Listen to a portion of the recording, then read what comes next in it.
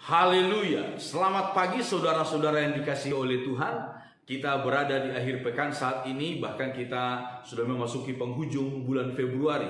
Kita bersyukur atas pemeliharaan Tuhan setiap hari dalam hidup kita. Mari sama-sama kita melihat firman Tuhan di dalam kitab Injil Matius pasal 13, masih dalam perumpamaan-perumpamaan yang diberikan oleh Yesus untuk menggambarkan tentang kerajaan Allah, kerajaan sorga. Ayat 44 firman Tuhan berkata demikian.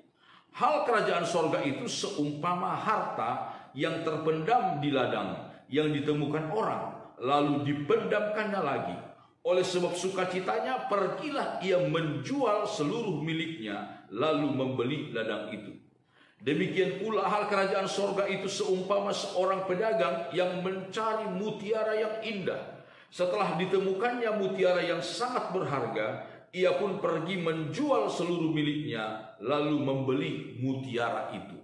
Saudara-saudara yang dikasihi oleh Tuhan, dua perumpamaan sekaligus diberikan oleh Yesus di sini untuk menggambarkan betapa berharganya kerajaan Allah, betapa berharganya kerajaan sorga itu, melebihi segala sesuatu apapun yang ada di dalam dunia ini.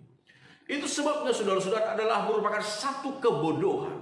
Sekali lagi, adalah merupakan satu kebodohan jika ada seseorang yang melepaskan kerajaan Allah, melepaskan kerajaan sorga untuk merebut sesuatu apa yang ada di dalam dunia ini, melepaskan imannya kepada Yesus Kristus untuk sesuatu yang dianggap berharga di dalam dunia ini, untuk pangkat, jabatan, untuk harta kekayaan, atau mungkin untuk jodoh, atau untuk hal-hal yang lain saudara-saudara yang ada di dalam dunia ini, sehingga ia harus melepaskan imannya karena hal-hal itu. Sekali lagi, itu adalah merupakan satu perbuatan yang sangat bodoh.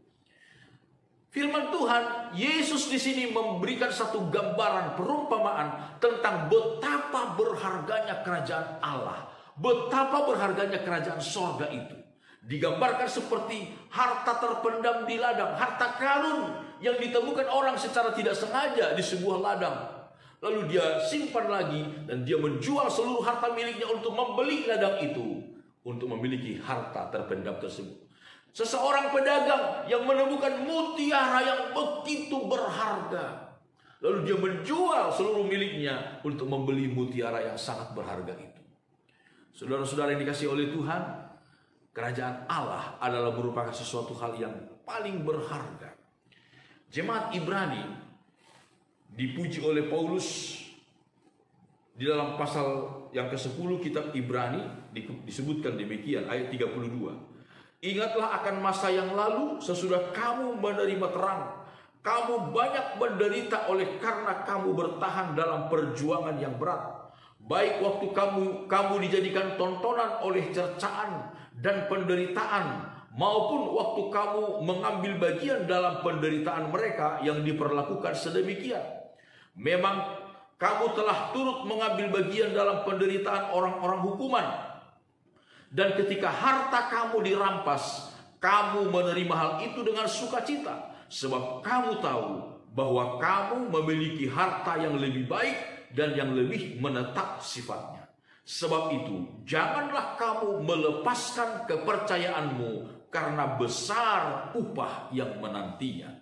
Saudara-saudara, ini adalah kata-kata penghiburan untuk menguatkan iman jemaat Ibrani yang saat itu sementara tertekan luar biasa, terintimidasi, teraniaya, harta mereka dirampas.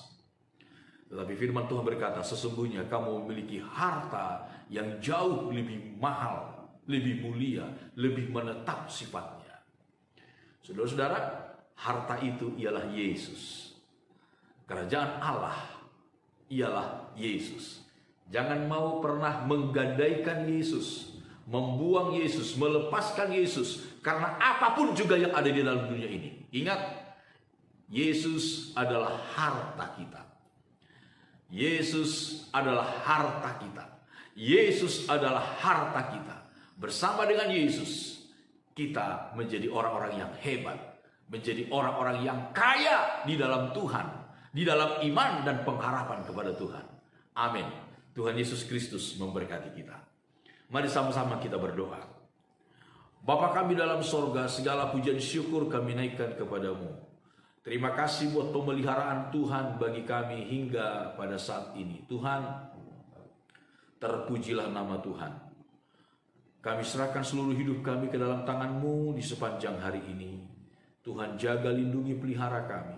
Segala cita-cita, harapan, usaha yang kami lakukan di sepanjang hari ini, Tuhan, kiranya Engkau memberkati, biarlah semuanya mendatangkan kebaikan bagi kami dan kemuliaan hormat bagi nama Tuhan. Terpujilah nama Tuhan kekal selama-lamanya.